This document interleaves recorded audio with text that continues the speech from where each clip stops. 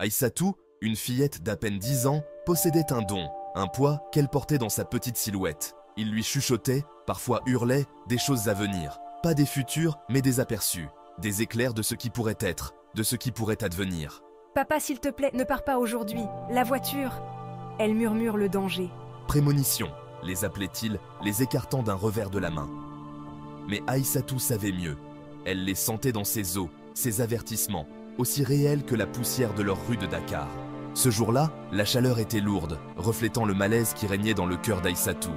Papa Moussa, se préparant pour son voyage hebdomadaire au marché, sifflait un air insouciant. Il tapota sa bien-aimée Peugeot 504, sa peinture bleue fanée mais fière.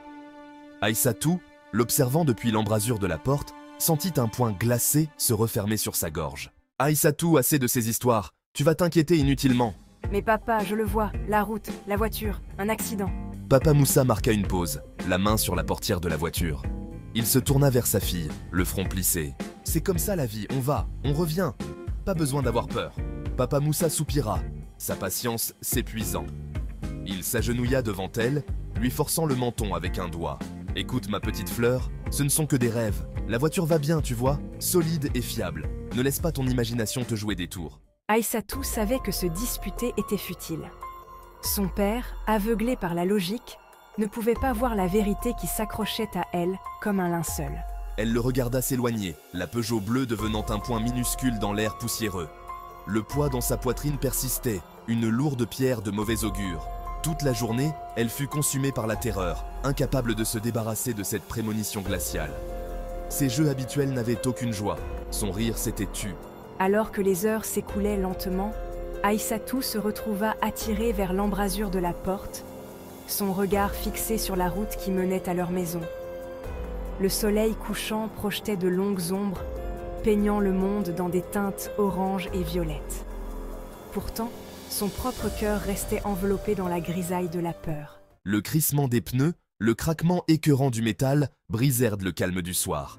Un hoquet collectif parcourut la petite communauté, suivi d'une ruée frénétique vers la source de la commotion. Le souffle court, la voix urgente. Je le savais, je le savais. Aïssatou n'avait pas besoin qu'on lui dise. Ses jambes bougèrent avant que son esprit ne puisse comprendre, son petit corps devenant flou alors qu'elle courait vers la foule grandissante. Secouée, c'était trop près, beaucoup trop près. Là, au milieu des débris de métal tordu et de verre brisé, gisait la Peugeot de Papa Moussa, son bleu autrefois fier, maintenant marqué et mutilé. Grogne de douleur. Que s'est-il passé? Inquiet. Vous êtes vivant, c'est tout ce qui compte maintenant. Allons vous chercher de l'aide. Désespéré, se frayant un chemin à travers la foule. Papa, papa, tu m'entends?